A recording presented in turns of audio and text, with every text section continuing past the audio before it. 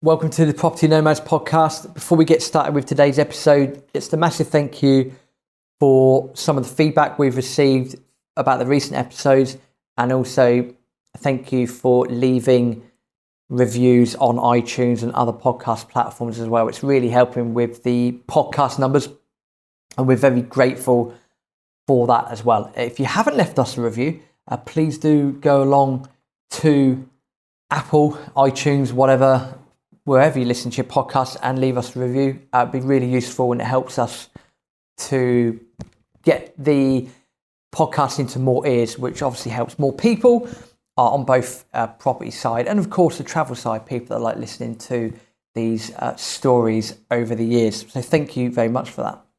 This episode, we're going to be focusing on Azerbaijan and how we ended up there for the Europa League final in 2019. Now, Azerbaijan's probably a place that I'm going to guess you've not travelled to. If you haven't, I'd recommend you do. Actually, it's a very interesting place. Predominantly revolves around oil and Baku, because that is the capital city. But I'm not here to give you a history lesson over Azerbaijan. Have a look at that for yourselves. But the main reason for going was that it was given, rightly or wrongly, the final of the Europa League for the 2018-2019 season.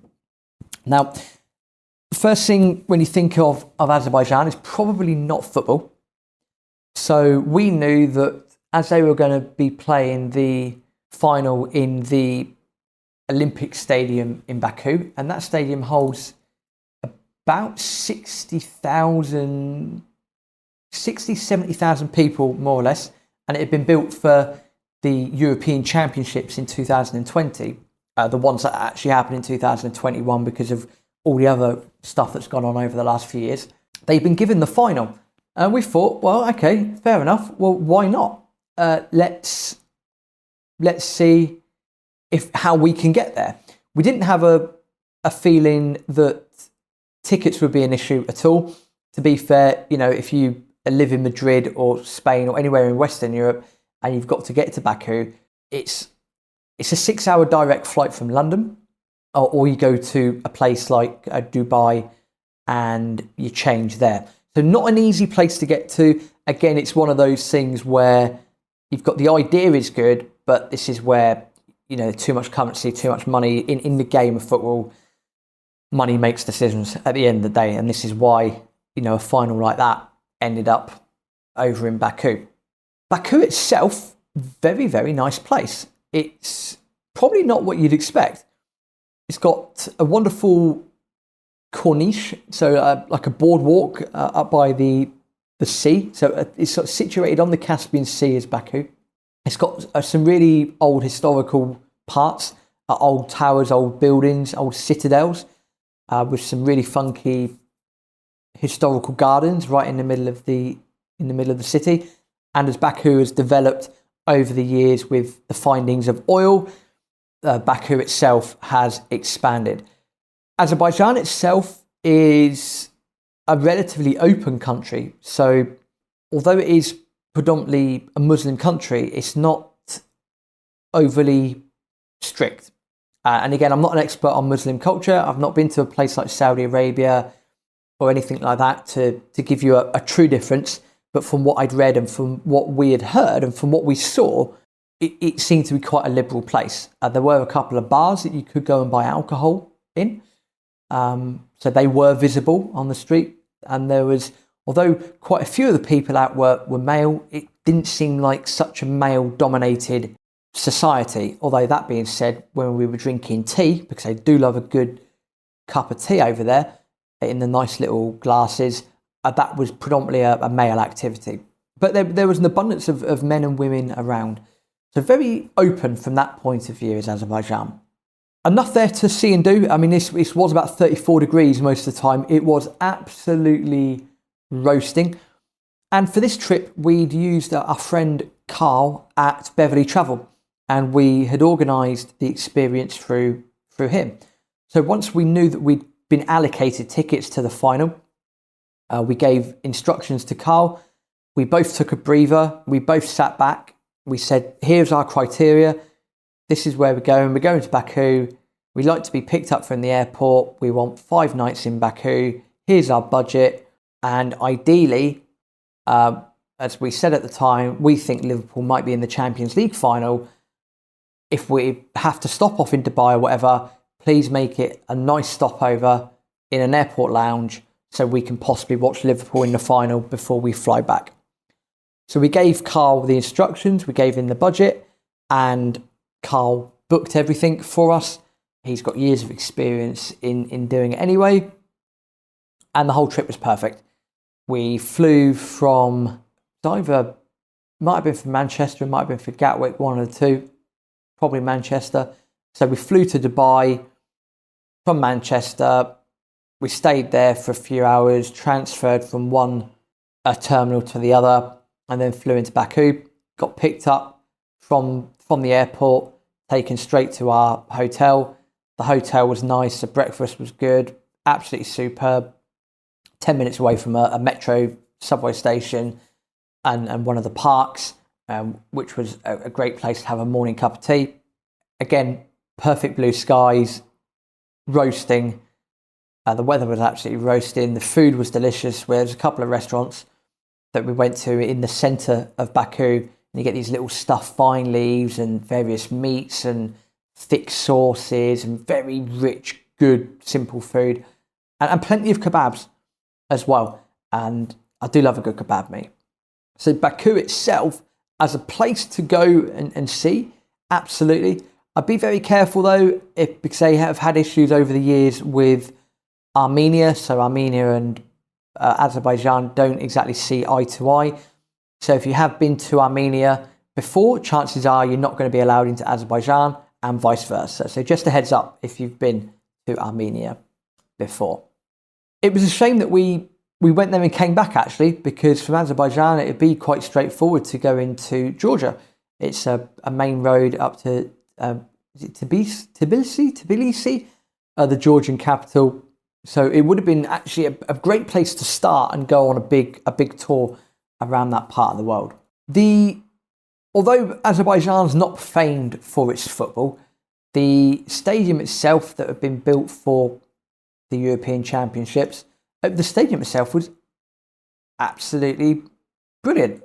Very modern stadium, just as you'd expect. A big running track around it, so that always takes the atmosphere, away from it. I think a little bit. It's personal opinion that the atmosphere with a running track is a bit of a pain in the backside. Now, we booked everything quite a way in advance, but we knew when it got to the quarterfinal stage, we had a very good idea of who we might see. So the teams in the quarterfinals were Arsenal, Napoli, Villarreal, Valencia, Benfica, Eintracht Frankfurt, Slavia Prague and Chelsea. Now, we didn't mind who we saw, to be honest. We said, do you know what? We've got tickets. We're going to go. It's going to be a good experience. In an ideal world, please don't make it Arsenal Chelsea, because to go, some of the time, with all due respect to the people that live in England, part of the joy of getting out of England is not being around English people. Everyone's got their pros and cons, but to go to a major European final and have 2 English teams playing there, that would be not a disaster, but it just wouldn't be ideal. Why sod it? Why not? So the quarterfinals got played and the semi-finals were played. So the teams in the semi-finals were Arsenal, Chelsea, Valencia and Eintracht Frankfurt. Now, thankfully, Arsenal and Chelsea have been drawn separately. So Arsenal played Valencia, Eintracht Frankfurt were playing Chelsea. So worst case scenario, it's Arsenal-Chelsea final. Best case scenario, it's Valencia against Eintracht Frankfurt. And then the middle case scenario is you get either Eintracht or Valencia against either Arsenal or Chelsea. Or sorry, you'd have Arsenal versus Eintracht Frankfurt or Valencia versus Chelsea. Now, Arsenal breezed past Valencia, so Arsenal were in the final. Chelsea were a little bit more fortuitous in their semi-final against Eintracht Frankfurt, but they managed to win their game, and so it was a Chelsea versus Arsenal final. Great. So we're going thousands of miles across the globe to watch the Europa League final in Baku, a cool place, and yeah, we're watching Chelsea against Arsenal. We're watching a London derby. Lovely. we couldn't believe it. And the reason we said we couldn't quite believe it is because that although they set up fan zones in the country, in Baku, the idea of having two rival teams there from the same city, not ideal, and English football fans have got a bit of a notorious reputation abroad. For that reason, we only went into one of the fan zones very briefly. We didn't want to be around a big set of English people. We couldn't be bothered. Not that there would be a ridiculous following out there anyway. Again, it's not the easiest of places to get to. There's only 3 flights a week, I think, direct from London to get to Baku. At the game itself, Chelsea won 4-1. Chelsea, no goals in the first half. The atmosphere was very subdued, despite the fact it was a major final. Again, the reason for that, I think the fact that it was in Baku didn't help. The Azeris are not known for their football prowess. They seemingly enjoyed watching the game, but not the atmosphere that maybe you and I would expect from a sporting game. First half was 0-0. Second half, Chelsea had obviously had a rocket put up their backside. They took the lead, added a second goal, added a third goal, and then added a fourth goal, all in the space of about 25 minutes. Eden Hazard, I know he's not the player that he is now, but when he was at Chelsea, he was a joy to watch. Bossed the show. Arsenal had no chance. They did pull a goal back. Chelsea were by far the better team. 1-4-1. They lifted the trophy. Fair play to them. No arguments. Again, the stadium holds about 70,000 people. The official attendance given was 51,370. And it was a lovely, warm Baku evening. And it was good to see a final of a competition. We've never been to a final before. And it was good to see. With all due respect to Chelsea and Arsenal, let's take them out of the equation. The whole experience was wonderful. Carl had done a fantastic job booking everything. Everything went off without a hitch. The funniest anecdote, though, from Baku was that when we had arrived in the hotel, we were struggling to find a local supermarket. It's always good fun walking around a local supermarket. And we struggled to have a walk around find a supermarket, didn't find one at all. And on the final day, we were picked up by the taxi to get taken back to the airport. And the taxi had pulled up outside the hotel. We put all our bags in. And rather than the taxi doing a U-turn to get back to the main road that goes up to the airport, the taxi went straight on down the road, turned left. I kid you not, after about 4 seconds in the taxi, there's a supermarket on the left-hand side. We'd never seen it because we never thought about turning left out of the hotel. We'd always turned right because that was the way to the metro station. We were just laughing that of all the times of struggling to find a supermarket, there was literally one next door to the hotel, but we'd never thought about turning left. Hey ho, good times. But if you ever find yourself in that part of the world, then go ahead and go to Baku. Azerbaijan's a nice country. About 25% of the population of Azerbaijan live in Baku. And fun fact for you, two fun facts for you. Baku is apparently about 28 metres or 92 feet below sea level. And that makes it the lowest lying national capital in the world, and also the largest city in the world located below sea level. So there you are. Some fun facts for Baku, but overall, really good experience, nice country. Do recommend you get out there as well.